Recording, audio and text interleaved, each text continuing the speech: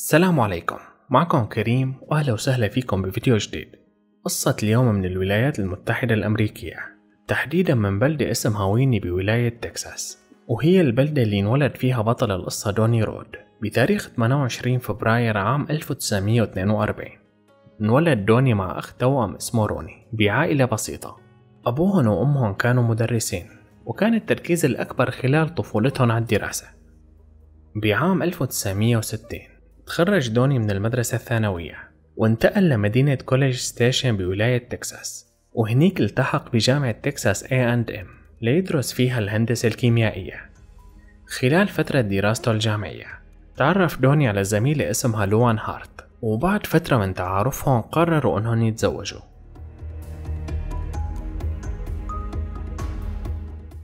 ما توقف طموح دوني الأكاديمي عن دراسة الهندسة الكيميائية، وبعد ما تخرج من جامعة تكساس A&M قرر يدرس الحقوق. انتقل هو وزوجته لوان لمدينة شيكاغو بولاية إلينوي ليدرس الحقوق بكلية كنت للقانون. بعد ما أنهى دراسة الحقوق قدر دوني يلاقي وظيفة كمحامي بشركة كويكر أوتس، وانتقل مع عائلته لبلدة بيرينغتون بولاية إلينوي لحتى يكون بمكان قريب من الشركة. أنجبوا دوني وزوجته لوان 4 أطفال، وحياتهم كانت مستقرة، بس للأسف هالاستقرار ما استمر لوقت طويل. شو اللي صار؟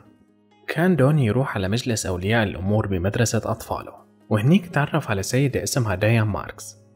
ديان هي سيدة متزوجة من شخص اسمه جون، وكمان عندهم 4 أطفال، وخلال وقت قصير صاروا العائلتين أصدقاء بحكم أنه أطفالهم بنفس المدرسة، وكمان بحكم أنه بيوتهم قريبة من بعض. بس من وجهة نظر دوني وديان ما كان الموضوع مجرد صداقة بين عائلتين، كان في إعجاب متبادل بينه وبينها، ومع الوقت تحول الإعجاب لعلاقة غرامية بيناتهم. العلاقة بين دوني وديان كانت سرية بالبداية، بس مع مرور الأيام بدأت تنكشف للناس. بالنهاية قرر دوني ينفصل عن زوجته لوان، وقررت ديان تنفصل عن زوجها جون لحتى يتزوجوا. بس اللي صار كان عكس هيك تماما.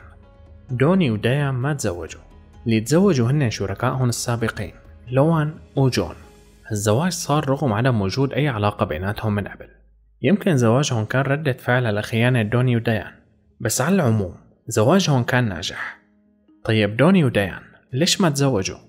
اللي صار إنه دوني تعرف على صبية اسمها نورين كوميتا بمكان عمله بشركة كويكر أوتس، وقرروا إنهم يتزوجوا. نورين كان عمرها 16 سنة بس، بينما كان عمر دوني بوقتها 31 سنة. ورغم فرق العمر الكبير بينهم إلا أنه نورين وقعت بغرام دوني. بس السؤال، دوني كمان وقع بغرام نورين ولا كان إله غرض تاني من زواجه منها؟ بكل الأحوال الزواج ما استمر لأكثر من شهر.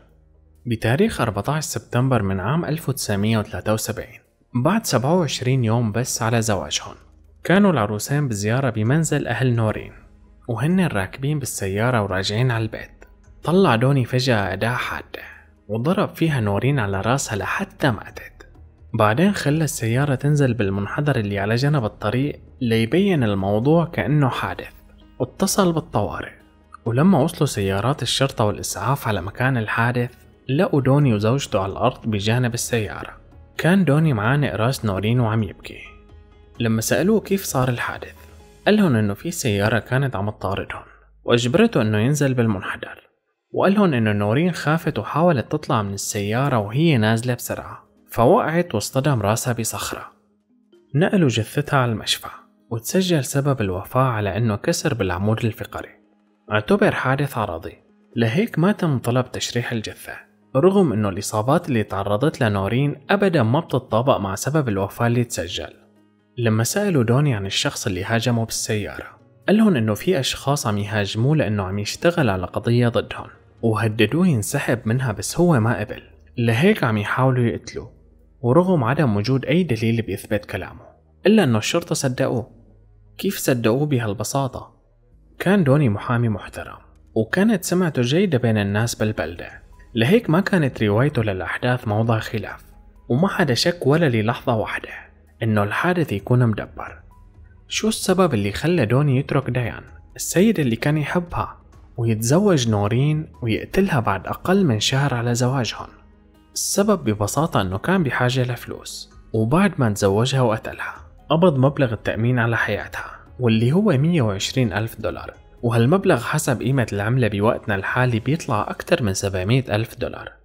اندفنت نورين بثوب زفافها الأبيض بعد ما قتلها الشخص اللي وثقت فيه، وبنفس اليوم رجع دوني لحبيبته ديان. الغريب إنها سامحته مباشرة وتزوجوا بعد أقل من 8 شهور على موت نورين. عاش دوني مع ديان حياة مستقرة، وبعد فترة من زواجهم قدم استقالته من الشركة اللي كان يشتغل فيها وأسس شركة خاصة فيه للمحاماة، واختص بمجال قانون البناء. كان ناجح جدا بعمله ووصل لشهرة كبيرة بهالمجال لدرجة إنه كان عنده برنامج تلفزيوني خاص فيه. Welcome to the Condominium Television Network. I am your host, Donnie Rudd. Tracy, I've probably in my lifetime now attended in excess of 5,000 board meetings. ونجاحه طبعا انعكس على حالته المادية اللي صارت أكثر من ممتازة، بس هالشي ما استمر لفترة طويلة. بعد ما صار مشهور بمجاله صاروا بعض العملاء يشتكوا من تصرفاته، وسمعته صارت تنحدر تدريجيا، وبلغت هالمشاكل ذروتها مع عميلة اسمها لوريتا تيباك بوديتكي. لوريتا كانت مهندسة ديكور داخلي ودخلت بنزاع تجاري، ووكلت دوني كمحامي عنها.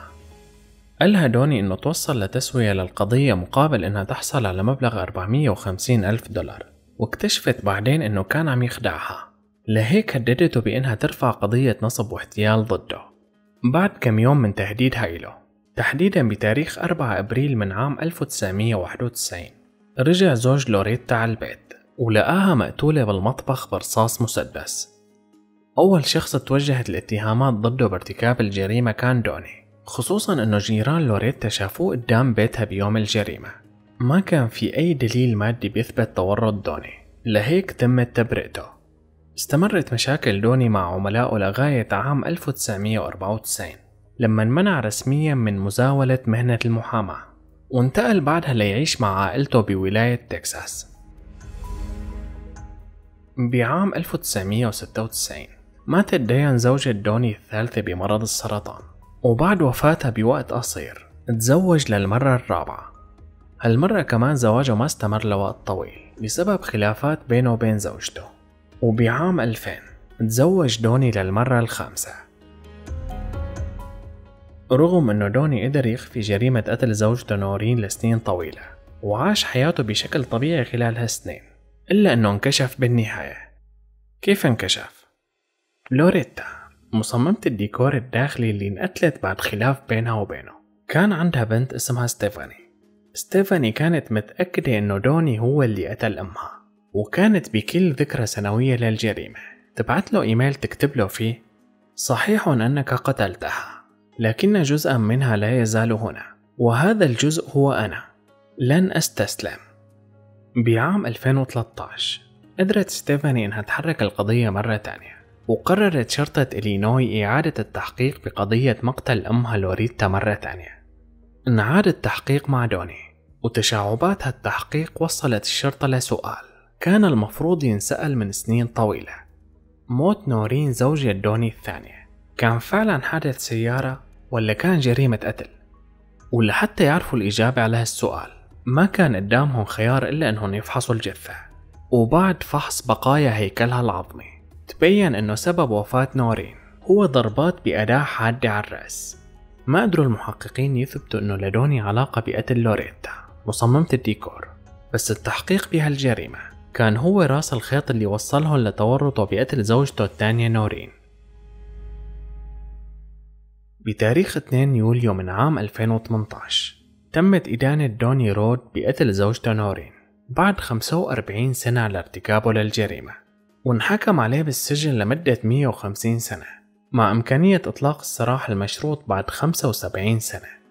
دخل على السجن وعمره 76 سنة، وأول إمكانية لإطلاق سراحه رح تكون وهو بعمر 151 سنة، يعني رح يقضي السنين اللي باقية من حياته بالسجن. هي كانت قصتنا لليوم، شكرا على المتابعة، سلام.